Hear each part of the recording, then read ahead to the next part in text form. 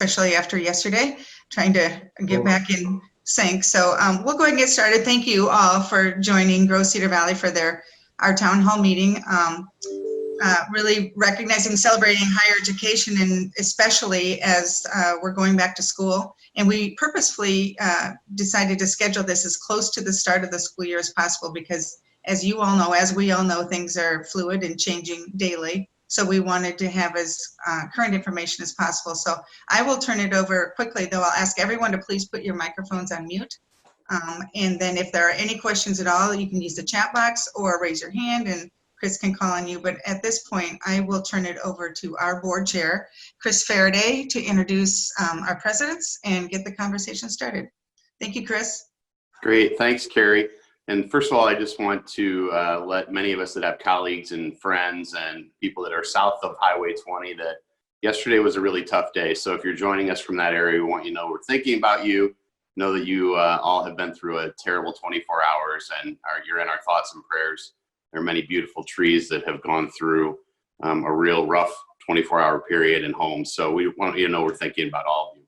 We're pleased today to have higher education, which is a huge part of any economy, and especially within the Cedar Valley. We have 3 outstanding educational institutions. And so we're very pleased this morning to have President Mark Nook of the University of Northern Iowa, President Darrell Colson of Wartburg, and President Todd Holcomb of Hawkeye Community College.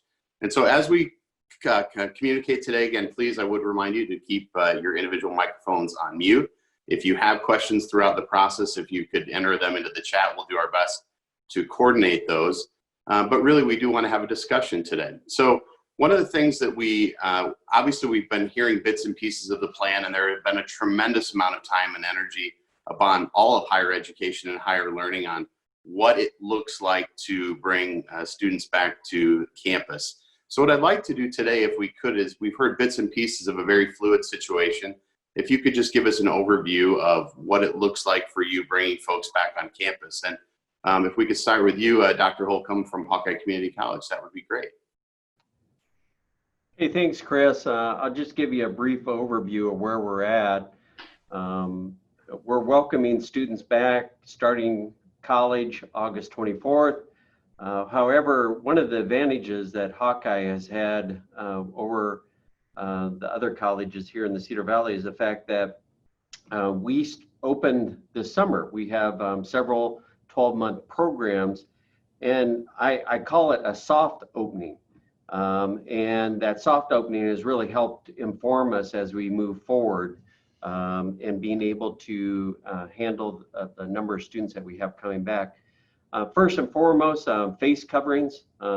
Anybody, students, faculty, staff, visitors are required to have facial coverings when they come onto campus. We are having building monitors at every building so that we make sure that we're enforcing that requirement.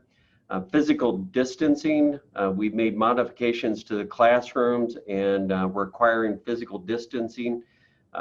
In person, we are offering in-person classes, but we're running at 50% occupancy for each room. So we've taken some of our larger classrooms, cut them down to 50%. We've actually moved classrooms from some smaller classrooms into larger rooms. So we've kind of done a mixture of things to get to that 50% occupancy. We're offering classes not only face-to-face, but we're also offering hybrid classes, more online classes. Hybrid classes are a mixture of face-to-face and online during the week. So we have equipped 25 classrooms with Web Live Zoom. So we have the capability of providing that to our students. The nice thing about that is that it will also provide synchronous learning and asynchronous learning, and we'll be able to record that, and students will be able to go back in and view that on a basis. Of course, enhanced cleaning, we're implementing that, particularly with the high-touch surfaces that we have in place. We are limiting our large gatherings and student activities events. However, we do have sporting events that are taking place this fall. our golf, cross country, and shooting sporting events are taking place this fall. So we're excited to offer that. And then we are applying to become a Test Iowa site. The Iowa Department of Health just recently released, matter of fact, last Thursday, they released their guidance for higher education. We're very excited to see that the guidance that they are giving us from the state was actually in line with all of our planning that we're taking place. So our student health clinic would be an Iowa Test site, will be available to students, faculty, and staff. We think that will help us. We've also been working with the Black Hawk County Health Department and contact tracing and what we can do to assist them in the process. Our enrollment has come back dramatically from where it was at in the spring. We're fighting to get every student we can into the courses that we have available for us. So all in all, we think we're ready and prepared for the August 24th. A lot of our faculty and staff will be back on campus August 17th. We've instituted plexiglass barriers in many of the areas. And of course, we have individuals that will be staying home and working from home and continuing to work from home. So I think for Hawkeye Community College, the fall is going to be really exciting, very different. Our behaviors are different, and how we're conducting meetings and what we're offering students. However, what we saw this summer is that we saw the students and the staff and the faculty practice social distancing and facial coverings and really help us out this summer. So I'll stop there. Thanks, Dr. Holcomb, and appreciate the overview, and obviously a tremendous amount of work that goes into that. With that, we've had a few folks that have jumped on and joined us since we started, much like maybe a college student might show up 2 to 3 minutes late to a class. We'll just remind everyone that this is being recorded, and if you could please keep yourself on mute, we may share this at very different mediums throughout the next week. With that, I turn it over to President Nook. If you could kind of give us a flavor of what it will look like as we head back at the University of Northern Iowa. Thanks, Chris, and thanks for the opportunity to talk a little bit about what we're all facing here as we move into the fall. First, if you want a little more detail on some of the things that we are doing to prepare and how we'll operate, just off our main page, there's one click that, in fact, it's bold right in the front, link to our forwardtogether.uni.edu webpage that has all the details of things that we're asking students, faculty, and staff to do, all of our policies and procedures and recommendations. So if you want a little more information, it's there. Just a couple of things. One, we really recognize the impact that UNI has on the community and that the community has on UNI. There are businesses here in the Cedar Valley that have told me that when we go on spring break, they see and leave for the summer, they see an automatic 10% dip in their sales and things. So, we have a tremendous economic impact here, but the community also has a tremendous impact on us in the way that they support the university, whether that's at Gallagher Blue Dorn events or our athletic events, coming to our lectures, just giving and donating and helping us do some of these great things that happen at the University of Northern Iowa. As we move into this fall in particular, we're going to have to keep that in mind, that we do impact each other. And in the case of COVID, it could be in a negative sense as these college students come back. If we're not real careful with how we handle them, and if businesses aren't careful about what they are requiring or asking of their customers, we could spread this virus very, very quickly. It's going to be very important that businesses throughout the valley require masks, require social distancing, and that's especially true of those businesses that are in retail and hospitality, and not just because of the college students, but because of the way this virus spreads. But as we bring back 10,000 students, we're going to have an impact here throughout the valley, and as those students travel home on the weekend, a real opportunity to spread it back across Iowa. So very concerned about how this will work. It's going to be important for our community to take this very seriously and put into place some real requirements in many of our businesses, and we as a university and institution to do the same. Move-in started a week ago. Students started to come back. Our doors will open. Classes will begin next Monday, August 17th. The real move-in is happening right now, sort of this whole week. We've staggered it and staged it so we don't have all of the students coming in over a 1 or a 2 day period, but trying to stretch it out over a 2 week period. So we don't have people in such tight spaces. As you've heard, athletics has already been impacted. We won't be playing football this fall. We are hopeful that we'll be able to play it in the spring with a championship after that, but that's really, some of that's up to the NCAA and other entities as we move forward. Our other athletics programs at the moment, volleyball and cross country and women's soccer are still scheduled to play, but no non-conference schedules. Our first volleyball game isn't until late September, and in fact, the first home game is actually early October 2nd and 3rd. We will have limited seating in the McLeod Center for that. Soccer will continue to play, and we have a very limited cross-country schedule as well. But hopefully those championships will stay in place and those seasons will stay in place. Some of that, again, will be whether they do or not won't be made by us necessarily, but by other entities, and including the NCAA, the Missouri Valley Conference, and perhaps even the governor or the Board of Regents. On campus, we have instituted a face coverings mask policy for anybody that's inside a building, with the exception of private offices.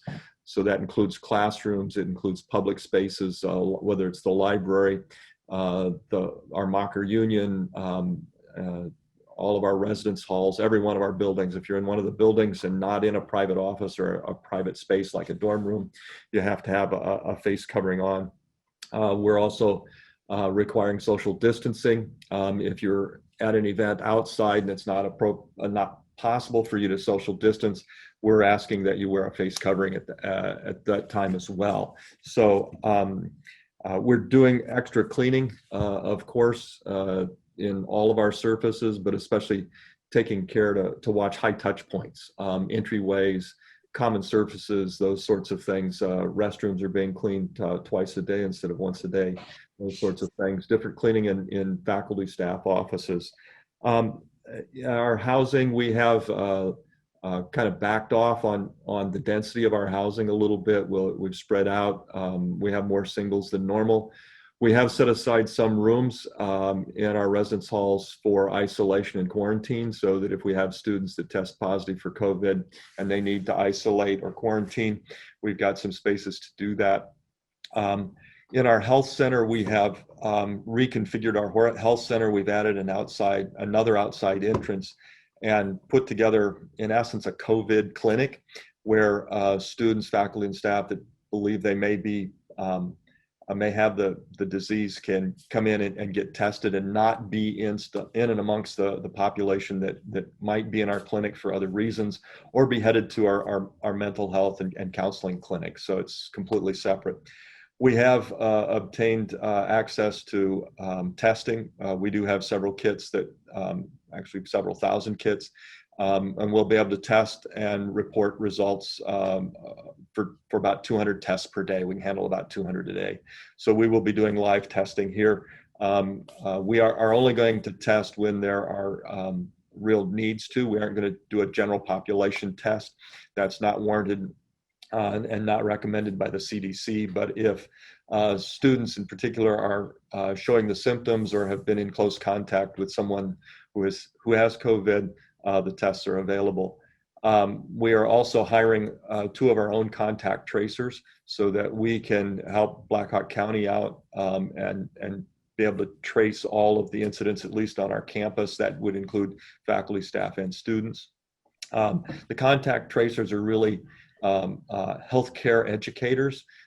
They will look into and know talk to a person that has tested positive, find out who they've been around, work with that person that's just tested positive to make sure they understand what they need to do to, one, protect their health and protect the health of people around them and keep the spread from going out. But then the contact tracers will reach out to the people that they've been in close contact with and help them understand what they need to do over, the next period of time, whether that's 10 days or 14 days, one, to protect their own health, to monitor their health, and to be able to get health care if they need it.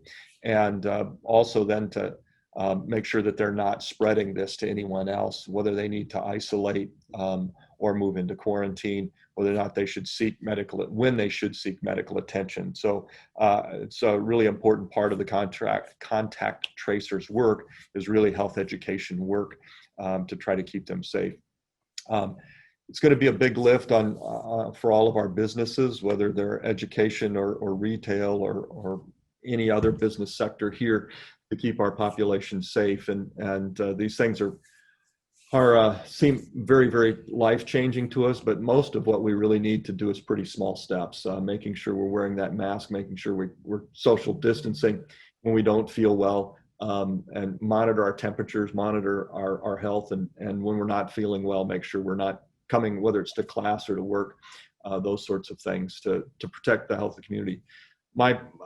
One of my big concerns, and I've talked with the College Hill Partnership, and we'll meet with the Cedar Falls Downtown District, Main Street, Cedar Falls today, is, as the students come back, in particular, and we see the population of our community grow, that's going to be true as all three of these institutions bring our students back.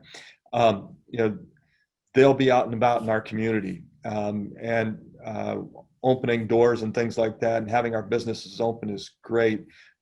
But if we're not real careful about the number of individuals that we allow into some of our businesses, and this is especially true in hospitality and retail, we may well see a spike in sales that's accompanied by a very similar spike in COVID. And if that happens, all of us will have to shut down at higher ed, and we'll send those students home. And so finding a way to keep our businesses and industries running at a level that is safe is more important than looking for those short-term profits right at the moment, because it could end very quickly. This is an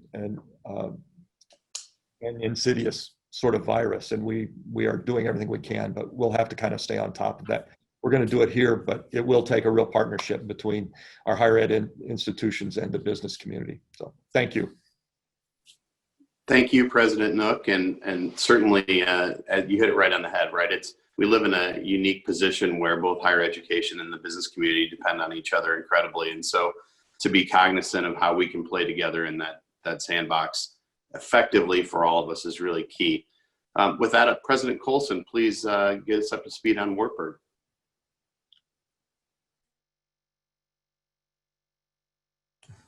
Thanks, Chris. I appreciate the opportunity, and appreciate the opportunity always to join my two colleagues in talking about our institutions. Long ago, I guess, when we first got into this mess back in March and April, I told everybody, I told the students, we will reopen in the mode of mitigated normalcy. And what I was trying to do is indicate to them that we'll try to be as normal as we possibly can, so long as we can mitigate the health concerns. It seems as though the way the summer's gone, we'll be leaning more in the direction of mitigation than normalcy, but I guess that's okay. And yet, by a lot of what I'll say will sound familiar, so I'll try to go through it pretty quickly so that we can get to the Q&A period. But we too are emphasizing the three big steps that everyone can take to mitigate the spread of this disease.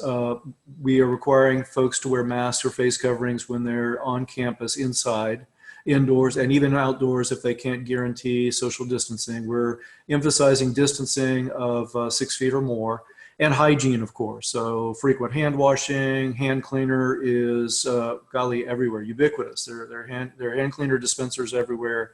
We'll be emphasizing the cleaning of those high touch spots as much as we can. And we're really shutting down some things. I mean, just this week, we decided to shut down the water fountains just for fear that there's way too much physical contact on water fountains that we can't possibly clean up quickly enough because of their use.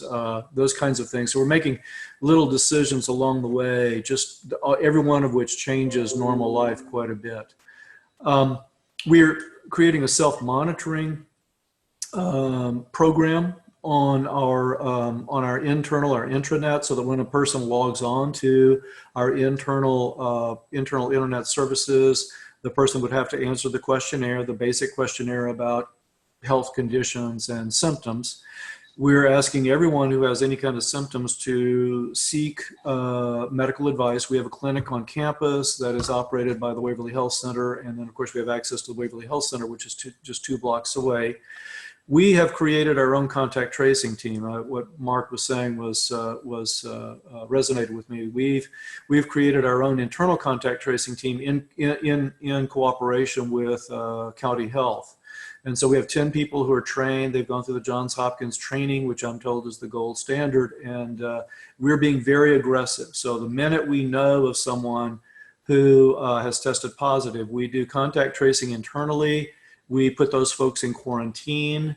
Any of those persons who would be defined by the state as a close contact, we're being more aggressive than the state would or than CDC would. So any of the quarantine people who qualify as close contact then themselves are getting tested. Obviously, anybody who tests positive is going into isolation, and we've been gratified to work closely with a hotel here in town and be able to use some of those rooms for isolation spaces. And then we also own some properties surrounding the campus that we've used for isolation purposes. But we're trying to be really vigilant about quarantining anybody who was in close contact and isolating anybody who tests positive. One of the things that's been surprising to me, we've had some students on campus this summer, so we've had an opportunity to kick this process into gear. And one of the things that's been really surprising to me is just how many asymptomatic people test positive for the disease. I mean, that's been startling to me. Because we stretched out our contact tracing much further than CDC would have recommended. And I was surprised at how many people would test positive even at the furthest reaches. So that's just, I guess, a word of warning, but also, I guess, a word of caution for us all. We've shortened our academic schedule. We'll start early on August 26th. We'll end before Thanksgiving. The idea is to just go straight through without any holidays, keeping students as busy as possible with school before they break for any holidays.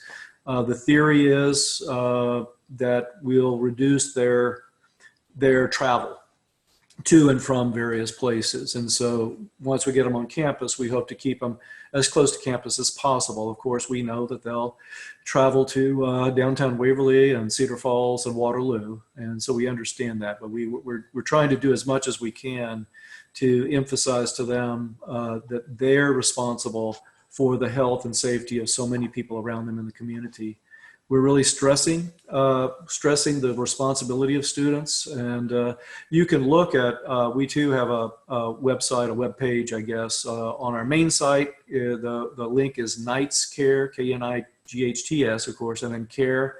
And that will tell you lead you all kinds of documents about how we're opening school and what our expectations are. But we're trying to emphasize to students that we need to create a culture of care here on campus, because while they themselves don't bear the same level of risk as older people or people with underlying conditions, we have to create in them, I guess, this sense of responsibility for the community around them. And that's what we're going to be trying to do.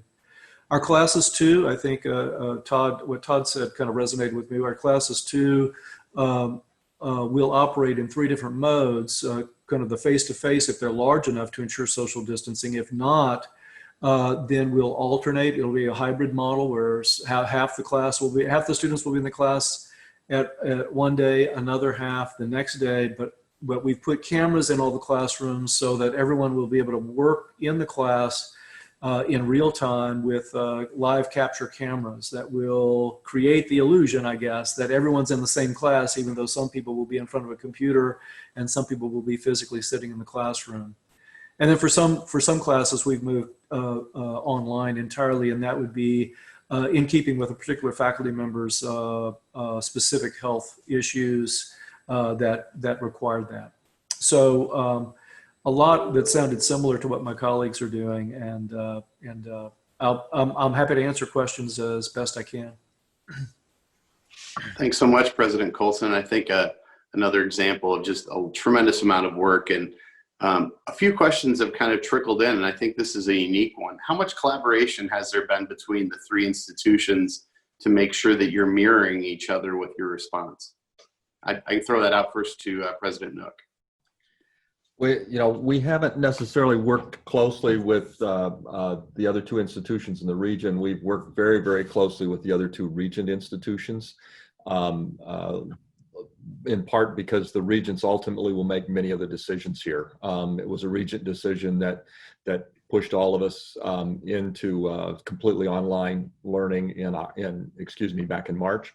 And so we need to work closely with Iowa and Iowa State. I know that many of us have a similar touch point, at least Todd and I have a similar touch point through Blackhawk County Health.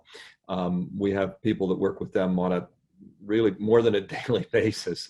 So there is some communication through, especially Blackhawk County Health. Not so sure about Wartburg and their touch point with Blackhawk County Health, but through the public health programs is probably the main place that we're in touch with each other on this.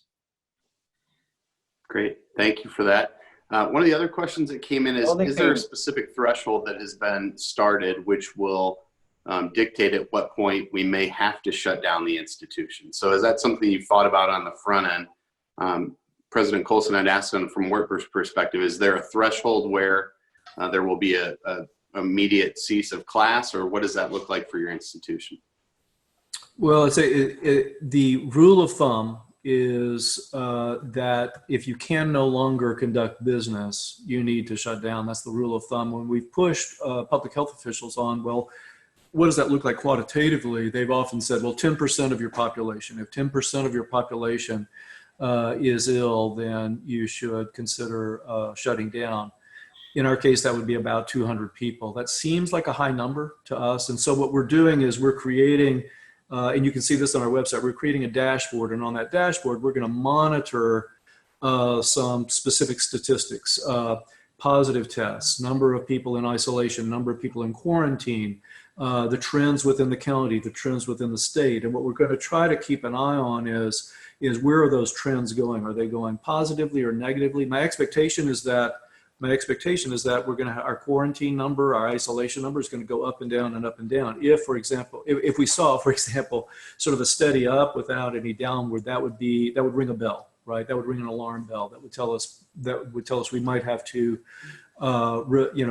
retreat into residence hall rooms and offices and homes and conduct school again remotely in the way that we had to do back in March and April.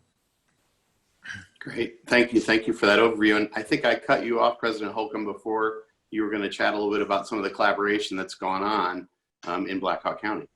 Well, one of the things that many people probably don't understand is that in the spring, we had over 140 of our students living in UNI. And so perhaps Mark and I are not consistently talking with each other, but I sure know our people are talking with each other. And how we get those students in. Once again, this fall, we have over 100 students living in UNI residence halls. And so our people do talk about how, because what they do impacts us and what we do impacts them. And so they work closely together, make sure that those students' needs are being met. And many of those in the spring were international students. And I thought our staffs did an excellent job of working together to support those international students and making sure they had a great experience on both of our campuses. Absolutely. So that's fantastic. And I think that the collaboration across all of the institutions is important because of that consistency within how young people are handling the situation. And so we're certainly, as a business community, excited to see that, which leads us to the next question. President Nook, you hit a little bit about how we need to play hand in glove together. Could you give us kind of your sense of what we can be doing as a business community to make sure that we're supporting the University of Northern Iowa or any of the institutions as we work through this together this fall? Yeah, as I mentioned before, I think the most important thing is that our businesses, and this is especially true of retail and hospitality, do put into place really strict guidelines and requirements for both their employees and their customers. Any of our, I've been into many of our grocery stores, and they're pretty good about requiring people to wear masks. They're wiping down their carts and things of that sort. Those are all things that really will help limit this spread. Hospitality industries, making sure that you're watching the number of people that you have in your spaces, whether it's a restaurant, a bar, or even in hotel open spaces, libraries, community libraries, in those gathering spaces that we're not overfilling those, especially I think places like restaurants and lounges and things of that sort, where people have to have their masks on to eat. It's going to be really important that we control the size of those. I think keeping these open lines of communication like this forum is doing is going to be real important too. Continuing to communicate where we're at with our statistics so that people know that we're seeing a spike in one of the metrics that we're following, and what that might mean. Making sure the community knows what we're doing and how we're tracking these sorts of things. I think the business community needs to pay attention to what's coming out of Blackhawk County Health, as well as the Iowa Department of Public Health, as to how things are moving and whether or not we put into place even more stringent guidelines within our businesses and within our communities as well are going to be really important. But keeping this line of communication open is going to be the most important thing for all of us. Thanks, President Nook. One of the questions that came in was just regarding the situation with international visas. How has that affected enrollment for this upcoming fall, with obviously a lot of influx of foreign students that come in, as well as what does overall enrollment look like so far for the fall semester? Throw it first to you, President Colson.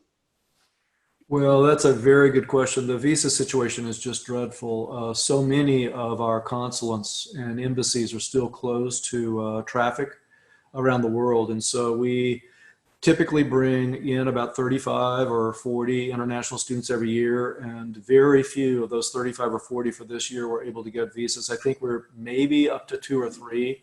So we've offered the others the opportunity to start school online.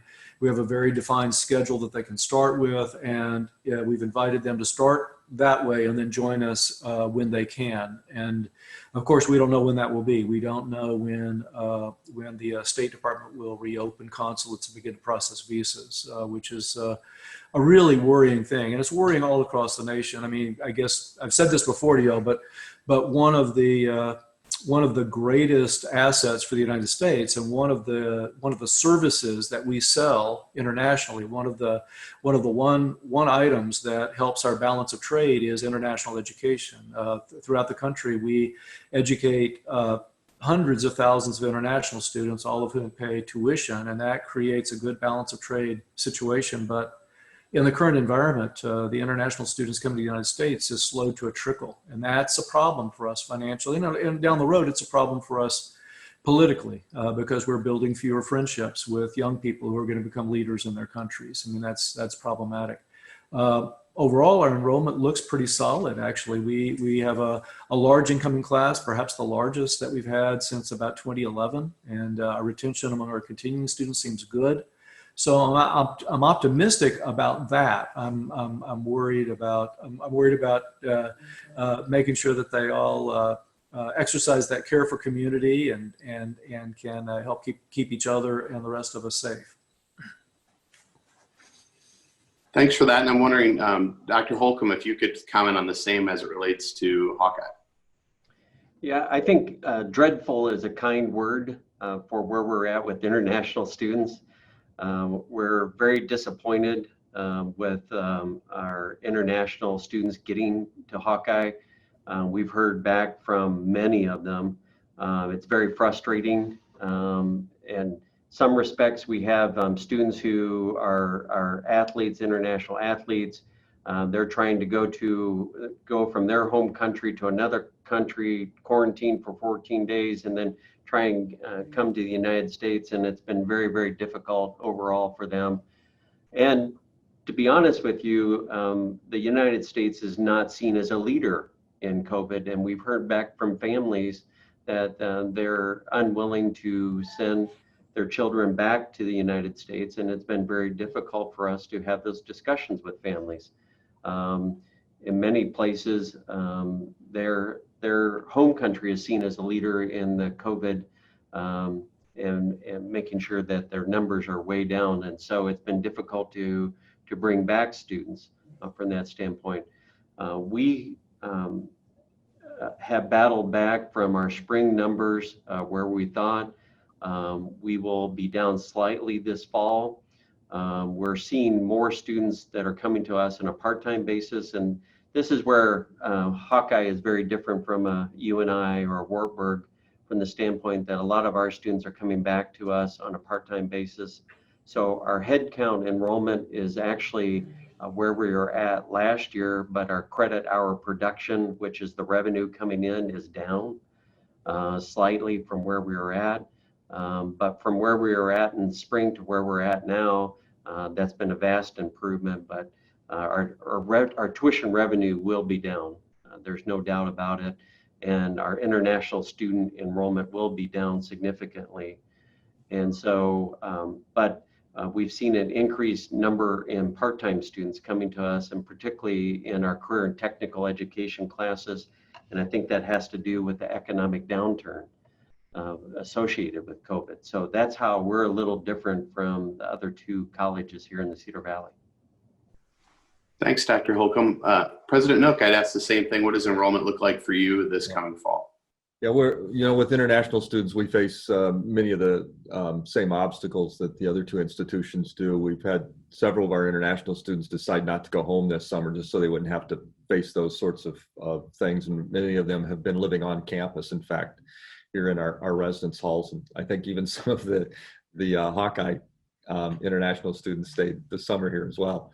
But, so overall, it's just a tough situation for them. I talked to a student who he took, I think it was 4 flights to get back home this past summer because he couldn't fly directly from this country to his country. And so he flew into another country to another country to another country and then home just to be able to find these flights and a path back to be with his family.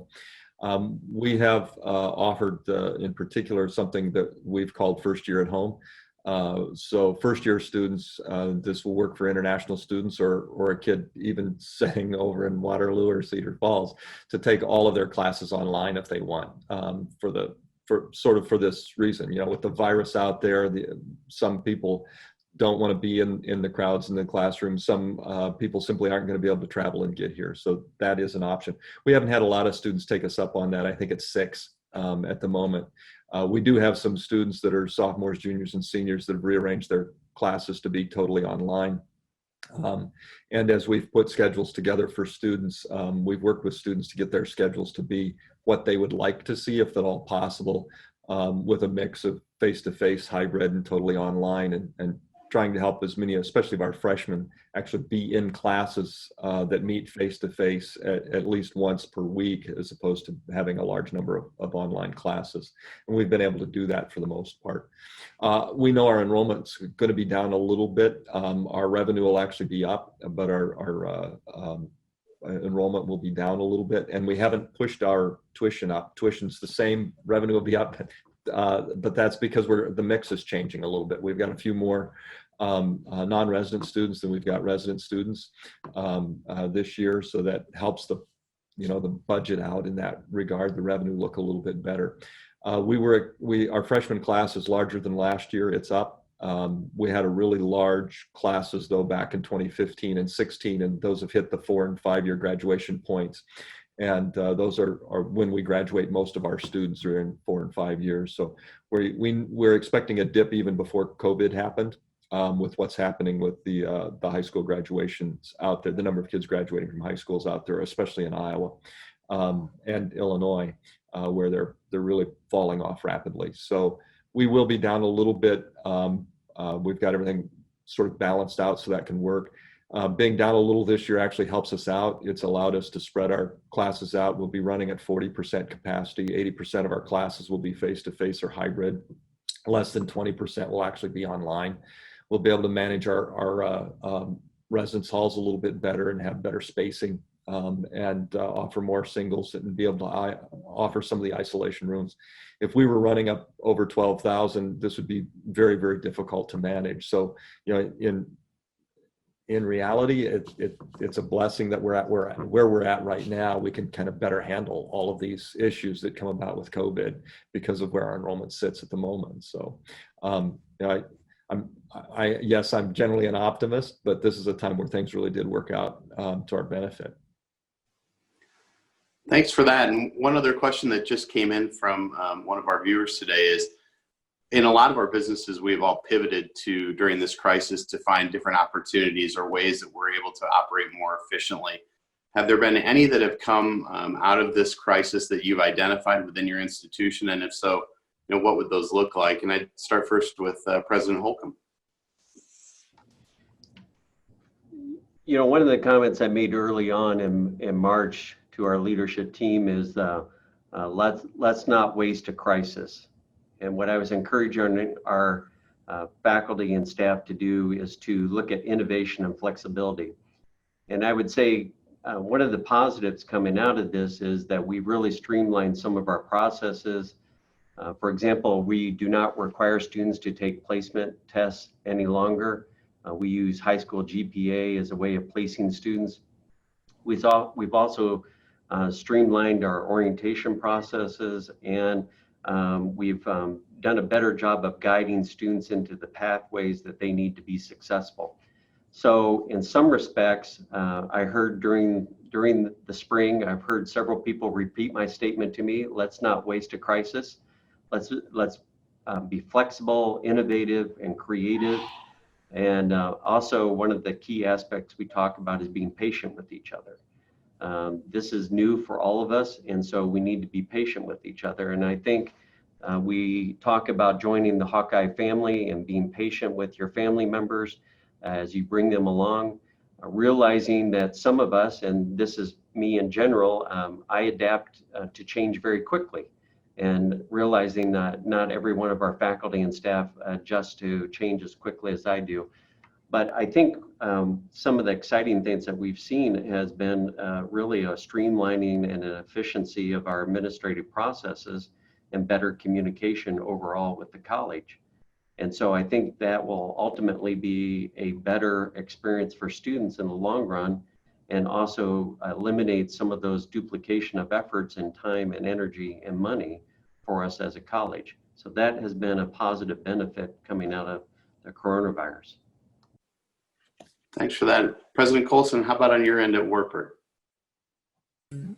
You're right. I mean, a lot of that has happened. I'll talk about two things, and just one is that we've just never had a very robust set of offerings online. Only a few of our faculty were ever interested in teaching online, and so when we were compelled, I guess, by the governor's proclamation back in March to move into the online environment, it was really like throwing a child into the deep end of the pool for so many of our faculty. But what's happened over the course of the last 5 or 6 months, largely due to just really competent work by our instructional technologists and our folks in information technology, our faculty have really train themselves with the help of colleagues how to operate in an online environment. So that's given us a lot more tools for our toolbox. We will never become an online institution, but now every member of our faculty understands that there are things that can be valuably done online, and there are other things that can be valuably done in person.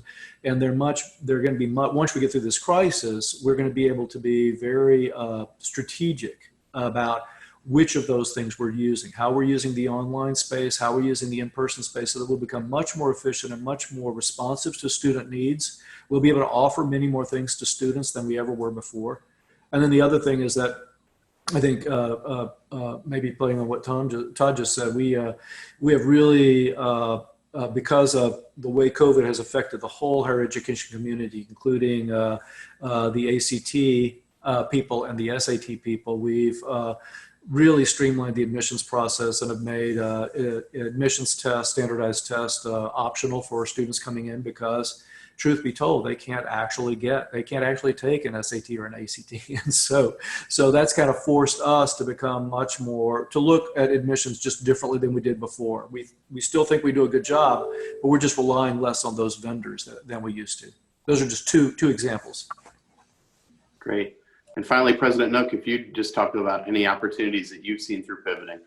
Yeah, clearly what Darrell was talking about has happened here as well. We've had some online offerings, but I think we probably moved our sort of ability to do online, I'll say anything, probably jumped 5 years in the course of 3 months, right? It really did accelerate what we were looking at.